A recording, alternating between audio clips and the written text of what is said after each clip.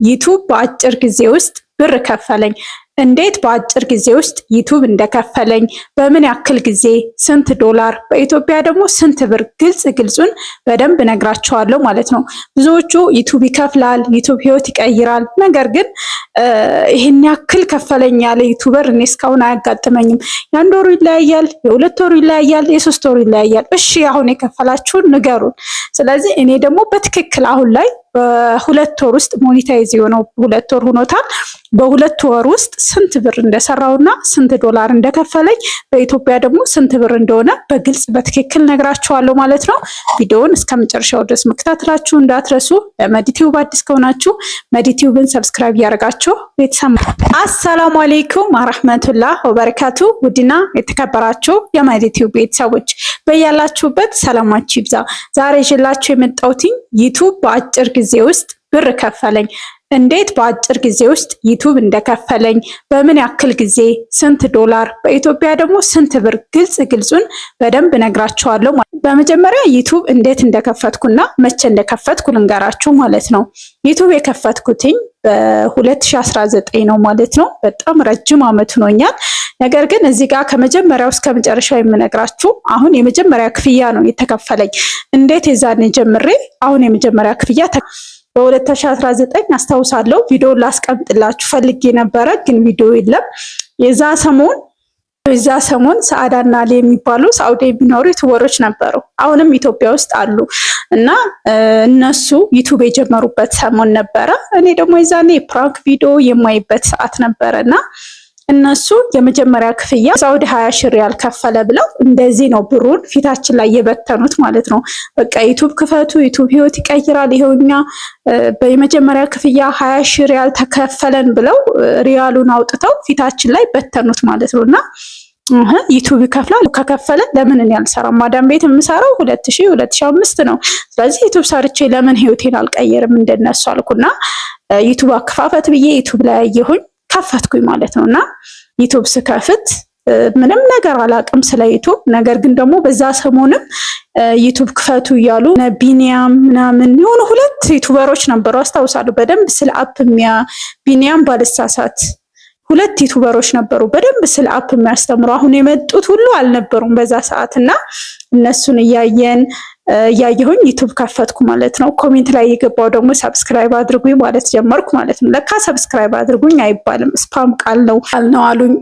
አዳዲሶች ነይ በውስጥ እያሉኝ ሰብስክራይብ ያረኩኝ አዳዲሶቹን ለካ ላይቭ ላይ ይገባል። ላይቭ ላይ እየገቡ ያደማምራሉ። የዛኔ መደማመር ሁሉ በጣም ቀላል ነበረ። ላይቭ ላይ ገብታችሁ አሁን ላይ ይኖር አይኖር ኮሜንት ላይ ያላችሁ የሰውየውን ስም ጫን ብላችሁ ሰብስክራይብ ማድረግ ትችሉ ነበረና ላይቭ ላይ ሲያደማምሩ አየሁኝ። እኔም ደግሞ እየተማርኩኝ ከፍ እያልኩኝ ላይቭ መግቢያ አፕ አወረድኩኝ። ከዛ እኔ ላይቭ ላይ ገባሁ፣ ማደማመር ጀመርኩኝ። በዚሁ አጋጣሚ በጣም መልካም ሰዎችን በዩቲዩብ ተዋወቅኩኝ። አሁን ላይ የዛኔ አብረን የጀመርን ዩቲዩበሮች አብረን ጀምረን ግሩፕ የቴሌግራም ግሩፕ መስርተን ሰዓታችንን መሙላት ጀመርን። እውነት ለመናገር ሰዓት ለመሙላትና 1000 ሰብስክራይብ እና 4000 ሰዓት መሙላት በጣም ከባድ ነበረ። በጣም ቀላል አይደለም እና እንደዛ ለማድረግ ለራሱ ግሩፕ መሰረትን ማለት ነው። እና ግሩፕ መስርተን አሁን ላይ በጣም በዩቲዩብ ቀጥለውበት ሳይሰለቹ ጎበዙ ነው ትልቅ ደረጃ ራሳቸውን የቀየሩ አሉ ማለት ነው። ከኔ ጋር የጀመሩ በፊት የዛኔ ነገር ግን እነሱ ሳይሰለቹ ጠንክረው ስለሰሩ አሁን ላይ በጣም ደህና የሚባል ደረጃ ላይ የደረሱ አሉ ማለት ነው። በተለይ አረብ ሀገር ሆነው ጀምረው አሁን ላይ አሉ የሚባሉ ዩቲዩበሮች ካሉ የዛኔ እኛ ጋር አብረው የጀመሩ ናቸውና እነሱ በጣም ጠንክረው ሳይሰለቻቸው ስለሰሩ ነው ማለት ነው። እንደዛ እያልኩኝ በጣም መልካም ሰዎች በጣም ጥሩ ሰዎችን ተዋወቅኩኝ። በጣም ያስደስት ነበር። ላይቭ ላይ የተለያየ ርዕስ ይዘን እንገባለን። በድምጽ ነው ግን እና የተለያዩ ርዕሶችን ተቃራኒ ሆነን የምንከራከርባቸው በጣም ደሳስ የሚሉ ጊዜያቶችን አሳለፍን። ሰዓቱ ሞላ፣ ሰብስክራይብ ሞላ፣ ሞኔታይዝ ሆን ማለት ነውና ብዙዎቻችን በሰዓቱ ሞኔታይዝ ሆን። ነገር ግን ችግሩ እዚህ ጋር ነበረ። ሞኔታይዝ ከሆንኩ በኋላ ምን መስራት እንዳለብኝ ምን ማድረግ እንዳለብኝ አላውቅም ነበረ። ስለዚህ ሞኔታይዝ ሲሆን ብር ካልሰራችሁበት ምንም አይጠቅማችሁም። አሁንም መጀመሪያው እስከ መጨረሻው ነግራችሁ የፈለኩኝ አሁን ላይ ዩቲዩብ ለመጀመሪያ ያሰባችሁ 4000 ሰዓት እና 1000 ሰብስክራይብ መሙላት በቂ አይደለም። አሁን ላይ እንደውም እንደዛ ጊዜ አይደለም። አሁን ላይ መግዛት ትችላላችሁ 1000 ሰብስክራይብ እና ሰዓቱንም ገዝታችሁ መጀመር ትችላላችሁ። ነገር ግን ከዛ በፊት ሀሳብ ሊኖራችሁ ይችላል። ከዛ በፊት ግን ምን ልስራ ምን ላድርግ ብላችሁ የሆነ የምትሰሩት ነገር ሊኖራችሁ ይገባል ማለት ነው። ስለዚህ እና ከዛ በኋላ ምን ልስራ በቃ የተለያዩ ቪዲዮዎችን እየቆራረጥኩኝ የሰው ቪዲዮዎችን መፖስት ጀመርኩ፣ ዜናም ጀመርኩ። ብቻ ያልጀመርኩት ነገር የለም። ግን ያዝ ለቀቅ ነበረና የሰው ቪዲዮ እየፖስትኩ ስለነበረ ኮፒራይት ተላከብኝ ማለት ነው እና ቅጣት አስተናገርኩኝ። ኮፒራይት ካለበት ደግሞ ቻናላችሁ ሞኒታይዙ ተነሳብኝ ለተወሰነ ጊዜ። እሱም በጣም አስቸጋሪ ነበረ። እሱንም አለፍ፣ ኮፒራይቱም ተነሳልኝ። ነገር ግን ቪዲዮ እየጫንኩ አልነበር። ምን አሰብኩኝ፣ በቃ ኢትዮጵያ ሲሄድ እሰራበታለሁኝ አልኩ ማለት ነውና ዝም ብዬ መፖስት ጀመርኩ። ምን አልኩኝ፣ ኢትዮጵያ መጣሁ ማለት ነውና ኢትዮጵያ ስመጣ ደግሞ እንዳሰብኩት አይደለም ማለት ዝም ብዬ እሰራበታለሁ ነው እንጂ ምን እሰራለሁ የሚለውን ነገር አላውቅም ነበር ማለት ነው። ስለዚህ ኢትዮጵያ ሲሄድ በቃ እሰራበታለሁ ብዬ መጣሁኝ፣ ጀማመርኩኝ። አልተውኩትም፣ እስከነመጨረሻው ትውት አላረኩትም። ነገር ግን ጀመርኩኝ። አንድ ቪዲዮ 2 ቪዲዮ በወር አንዴ በ3 ወር አንዴ ብቻ ዝም ብዬ በሆነ ትዝ ሲላይ ብቻ መቅረጽ ጀመርኩ ማለት ነው። እንደዛ እያልኩኝ ከ3 ዓመት በላይ ጠፋሁበት ዩቲዩብ ላይ ማለት ነው። ዩቲዩብ ደግሞ ካልሰጣችሁት ቪዲዮ ካልፖስታችሁለት እናንተን 6 ወር አይታገሳችሁም ማለት ነው። ስለዚህ ሞኔታይዜ ተነሳብኝ ማለት ነው። ሞኔታይዜ ተነሳብኝ፣ ተውኩት። ከ1 ዓመት በላይም ተውኩት። ብቻ ረጅም ዓመት ኢትዮጵያ መጥቼ ሳልሰራበት ተውኩት። ብቻ ከውስጥ ያለና ዩቲዩብ መስራት አለብኝ ብዬ ሳስብ የተለያዩ ቪዲዮዎችን ሳይ ምንድነው እኔ መስራት የምችለው፣ ምንድነው ሰዎችን የምጠቅም ምን አለኝ ብዬ ራሴን መጠየቅ ጀመርኩኝ። እኔ በሀገር አውቃለሁ፣ ስለ ማዳሞች አውቃለሁ፣ ብዙ ቤት ሰርቻለሁ እና እኔ የዛኔ በሰዓቱ ባቃቸው ብዬ የማስበውን ነገር ለምን ለሌሎች እህቶቼ አላስተምርም የሚል ሐሳብ መጣልኝ።